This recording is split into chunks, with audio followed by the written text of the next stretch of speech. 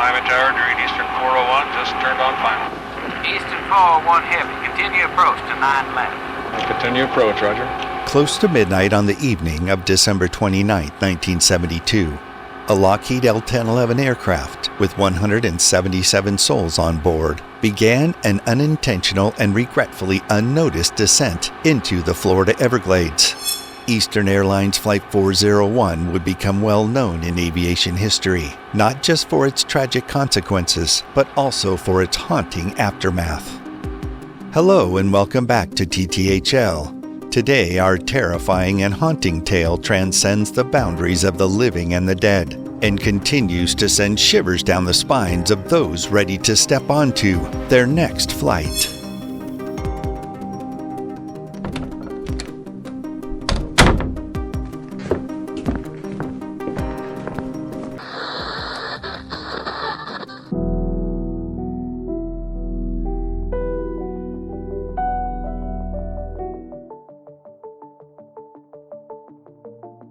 On the evening of December 29, 1972, around 9:20 p.m., the crew and passengers of Eastern Airlines Flight 401 eagerly departed New York JFK Airport en route to Miami International Airport.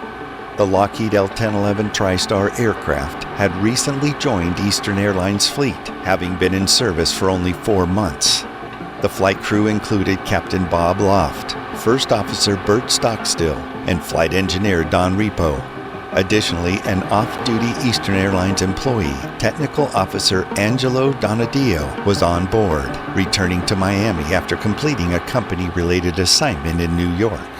The cabin crew comprised of 10 flight attendants, attending to 163 passengers. The flight was uneventful until 11:32 p.m., when the aircraft began its final approach into Miami International Airport. As the flight crew completed the before-landing checklist, the landing gear lever was selected and moved into the down position. The crew expected to see 3 green landing gear light indicators illuminate, confirming that the landing gear was securely down and locked.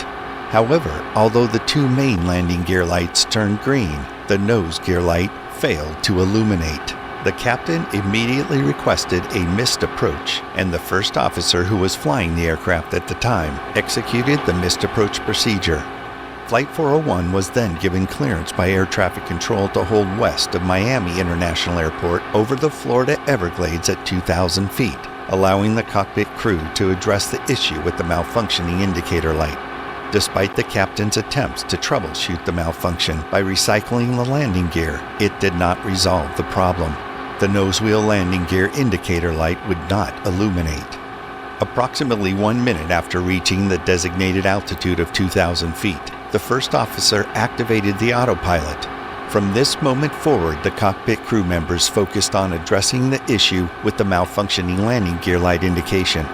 The flight engineer, who sat behind the first officer's seat on the right side of the aircraft, was instructed to go into the avionics bay beneath the flight deck so he could visually confirm the position of the landing gear through a small porthole which was available on the L-1011 for just this reason. The off-duty technical officer occupying the jump seat accompanied the flight engineer.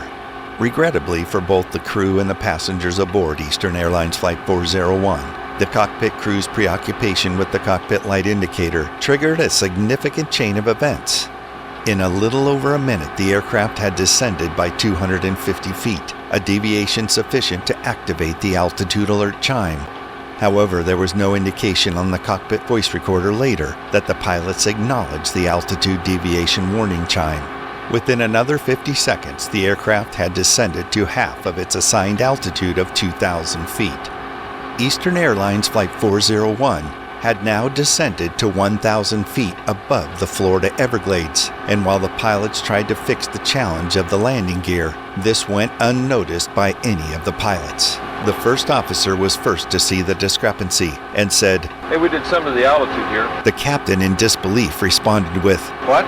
The first officer tried to clarify the discrepancy by asking the captain, We're still at 2,000, right? Confused about what his altimeter was telling him and what his altimeter should read, the captain replied, Hey, what's happening here? Within less than 10 seconds after this recorded cockpit dialogue, the Lockheed L-1011 TriStar jet crashed into the Florida Everglades. Hey, what's happening here?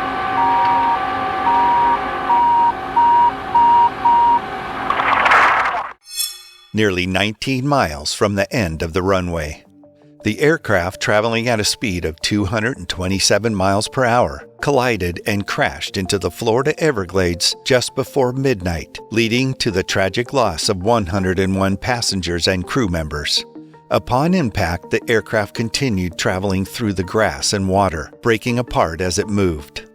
The fatalities included 3 out of the 4 cockpit crew members, as well as 2 out of the 10 cabin crew members, and tragically, 96 out of the 163 passengers on board, leaving only 75 survivors.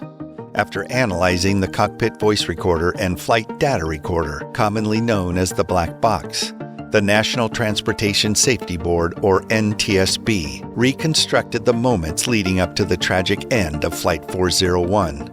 According to their findings, a series of events transpired, initiating an unnoticeable descent that eventually led to the crash. The NTSB findings stated that the captain may have inadvertently moved the flight controls with his left knee while turning to his right to speak to the flight engineer, located behind his right shoulder, disengaging the autopilot altitude hold mode. I think it's above the red one. Yeah, I can't get it from here. I can't make it pull out either. We got pressure? Yes, sir, all systems. Put the damn thing on autopilot. All right. All right, approach control Eastern 401. We're right over the airport here and climbing to 2,000 feet. In fact, we've just reached 2,000 feet, and we've got to get the green light on our nose gear. Eastern 401, roger. Turn left heading 360, maintain 2000. Vectors to 9 left final. Left to 360. What frequency did he want us on? 28.6. I'll talk to him. I'll put them on. Up to 2,000. Eastern 401, I'll go out west just a little further if we can here and see if we can get this light to come on.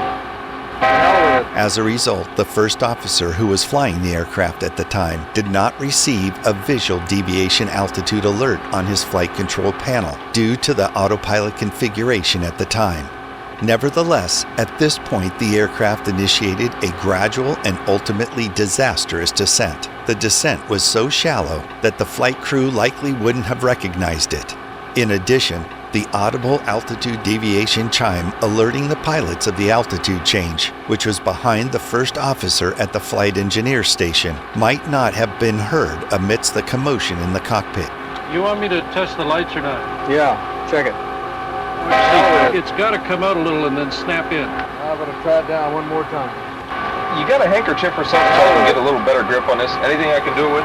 Well, you got to push the switch just a little bit further forward. Now turn it to the right a little bit. No, I don't know. That's it. See if you can put that light out. Hey, get down there and see if that damn nose wheel's down. Okay. The hell with this. Go down and see if that red line is lined up down there. Don't screw around with that 20-cent piece of light. Also, the flight engineer and the technical officer were both below the cockpit in the avionics bay, making it unlikely for them to have heard the chime as well. However, the crash was not the end of the story of Eastern Airlines Flight 401. In the months and years that ensued, undamaged parts of the aircraft were salvaged and repurposed in other Eastern Airlines L-1011 aircraft. In addition, investigators began to unravel the tragic chain of events that culminated in the disaster, solving the puzzle of the malfunctioning nose landing gear light indicator. Simply 2 burned-out light bulbs in the landing gear light assembly. In the aftermath of the crash, reports emerged over the months and years of flight attendants, crew members, and even passengers claiming to have encountered apparitions of the deceased crew members of Flight 401. These ghostly figures began to manifest themselves only on other Eastern Airlines flights, particularly on those flights whose aircraft carried the salvaged parts from Flight 401. Sightings of the ghost of flight engineer Don Repo and Captain Bob Loft became widespread within Eastern Airlines. Many Eastern Airlines employees and even passengers reported experiencing flickering lights, strange sounds in the cockpit, and sightings of other crew members who had tragically perished on Flight 401. Despite skeptics dismissing these accounts as grief-induced hallucinations, the stories persisted, with tales of ghostly apparitions and strange occurrences that have become integral in aviation folklore. Initially, Eastern Airlines hesitated to acknowledge the supernatural occurrences, but mounting pressure forced the airline to address the haunting. Ultimately, the salvaged components were removed from all Eastern Airlines aircraft, leading to a decrease in the reported sightings. Notably renowned paranormal investigators Ed and Lorraine Warren have included pieces of Eastern Airlines Flight 401's wreckage in their occult museum in Monroe, Connecticut. However, the echoes of Flight 401 still resonate in the collective memory of pilots, flight attendants, and even passengers who continue to venture into the once haunted skies. The story of Eastern Airlines Flight 401 endures as a chilling reminder that at times the boundaries between the living and the dead are not as clear as we may think. That's all for now. Don't forget to like, comment, and subscribe if you enjoyed the video. It really helps out the channel. And let us know if there are any stories that you would like us to cover in the future. Until next time, thank you for watching.